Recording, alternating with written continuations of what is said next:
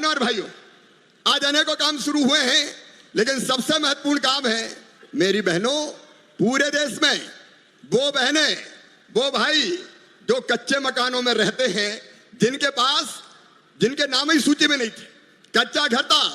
आज से सर्वे शुरू होगा फिर से। 2018 की सूची में भी जिनका नाम छूट गया था, अब फिर से जिनके कच्चे मकान हैं उनको पक्के मकान बनाने की सूची में नाम जोड़ा जाएगा। आवास प्लस के बाद भी कई गरीब ऐसे छूट गए थे जिनका नाम नहीं आ पाया था, और वो जब भी कभी हमारे दादा भी जाए क्षेत्र में, ग्रामीण क्षेत्रों में, तो माताएं बहनें आ जाती थी और ये कहती थी कि हमारा तो नाम ही नहीं है और अलग से नाम जोड़ नहीं सकते। इसलिए प्रधानमंत्री नरेंद्र मोदी जी ने तय किया कि एक बार आवास प्लस के मकानों के अलावा एक बार फिर से सर्वे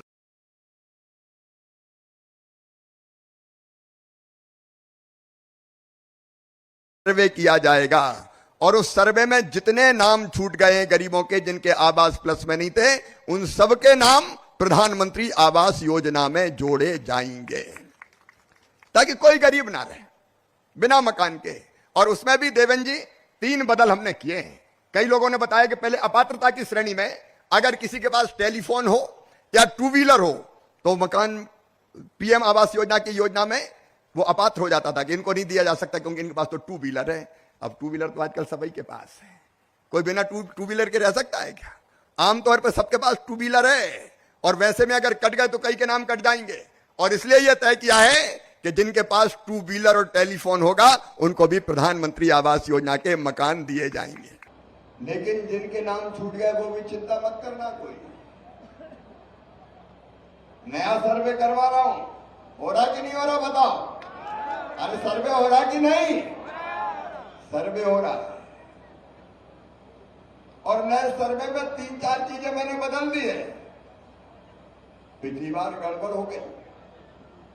एक नियम बना था कि जिनके पास टेलीफोन है उनको मकान नहीं मिलेगा। फोन तो हर एक के पास है, जो देखो hello hi how do you करता रहता है।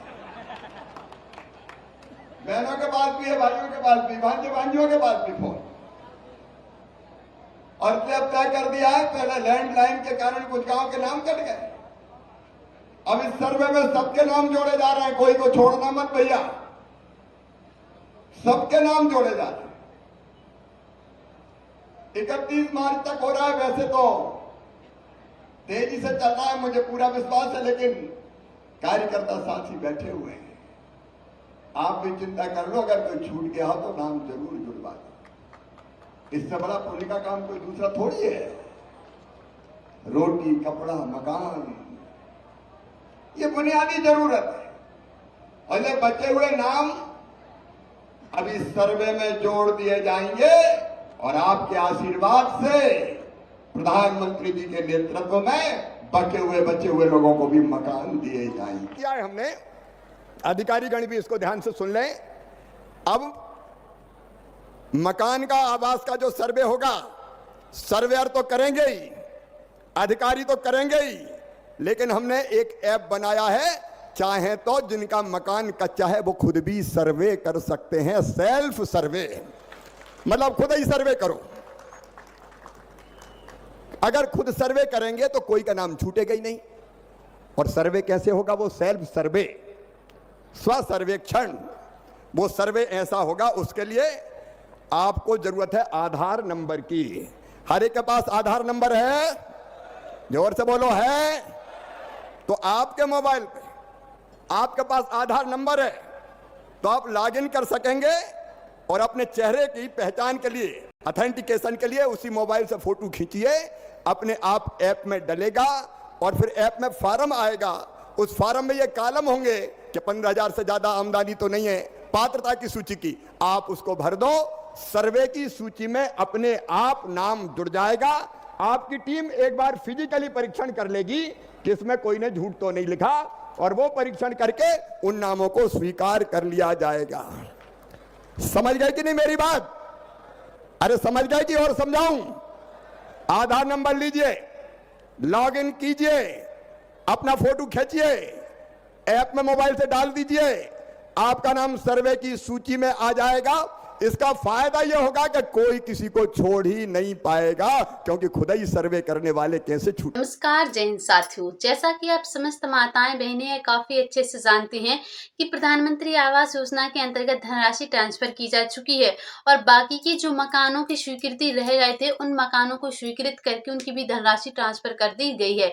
लेकिन प्रश्न यह बना हुआ है कि आखिरकार लाडली बहना आवास योजना के अंतर्गत इतना टाइम क्यों लग रहा है। अभी तक हमारी माताओं बहनों के बैंक अकाउंट में जो आवास योजना की फर्स्ट इंस्टॉलमेंट है उसको भी ट्रांसफर नहीं किया गया है। आखिरकार ऐसा कब तक चलेगा? हमारी माताओं बहनों को और कितना इंतजार करना होगा, तब जाके उनके बैंक अकाउंट में धनराशि ट्रांसफर होगी। क्योंकि मध्य प्रदेश में बाकी की जो अन्य समस्त योजनाएं चल रही हैं उन समस्त योजनाओं के अंतर्गत समय से धनराशि ट्रांसफर की जा रही हैं, लेकिन सिर्फ और सिर्फ लाडली बहना आवास योजना की ही फर्स्ट इंस्टॉलमेंट अभी तक ट्रांसफर नहीं हुई है और बरसात के दिन भी प्रारंभ हो चुके हैं और बरसात में हमारी माताओं बहनों को काफी कठिनाइयों का सामना करना पड़ता है। इसीलिए सरकार द्वारा यह निर्णय लिया गया है कि मध्य प्रदेश की समस्त माताएं बहनें जो बेघर हैं एवं जो झोपड़पट्टियों में निवास कर रही हैं, ऐसी माताओं बहनों के बैंक अकाउंट में आवास योजना की जो धनराशि है उसको जल्द से जल्द ट्रांसफर कर दिया जाएगा, ताकि हमारी माताओं बहनों को किसी भी प्रकार की कोई दिक्कत ना हो और वह भी अपने परिवार के साथ एक खुशहाल जीवन जी सके। क्योंकि हमारी माताओं बहनों की जो आर्थिक स्थिति है वह काफी कमजोर है। यहाँ तक कि बहुत सारी माताएं बहनें तो ऐसी हैं जिनके पास मकान निर्माण हेतु भूमि ही नहीं है। अब ऐसी माताओं बहनों को चिंतित होने की बिल्कुल भी आवश्यकता नहीं है।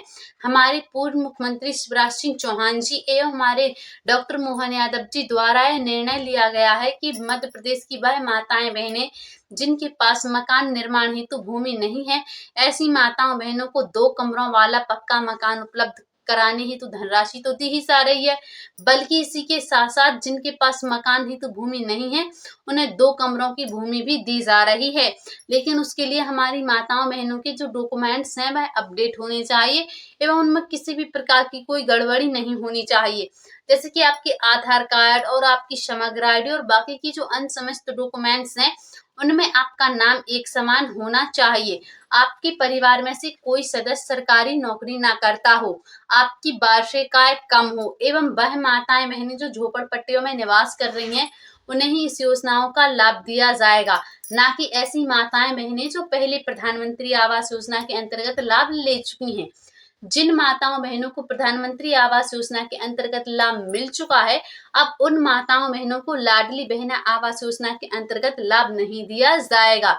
तो अगर आप मध्य प्रदेश की निवासी हैं और आप भी एक लाडली बहना हैं और आपको अभी भी लाडली बहना योजना के अंतर्गत लाभ मिल रहा है, तो आपको लाडली बहना आवास योजना के अंतर्गत भी जल्द से जल्द लाभ दिया जाएगा। क्योंकि जिन माताओं बहनों को लाडली बहना योजना का लाभ मिला है उन्हीं माताओं बहनों को लाडली बहना आवास योजना के अंतर्गत लाभ दिया जाएगा। और वह माताएं बहनें जिन माताओं बहनों को अभी भी ना ही लाडली बहना आवास योजना का लाभ मिला है और ना ही उन्हें प्रधानमंत्री आवास योजना के अंतर्गत लाभ मिला है और ना ही लाडली बहना आवास योजना के अंतर्गत, तो ऐसी माताएं बहनें कमेंट सेक्शन कमेंट करके अवश्य बताएं। हम आपको सारी कुछ जानकारी डिटेल्स में देंगे कि आखिरकार आपको आवेदन कैसे करना है। कि लाडली बहना आवास योजना के अंतर्गत एक बार दोबारा से पोर्टल खोला जा रहा है। जो माताएं बहनें किसी वजह से रह गई थीं और आवेदन नहीं कर पाए थे, या फिर वह माताएं बहनें जिन माताओं बहनों ने आवेदन ही नहीं किए हैं, वह माताएं बहनें दोबारा से आवेदन कर सकती हैं और इन योजनाओं से जुड़कर इन योजनाओं का लाभ घर बैठे उठा सकती हैं।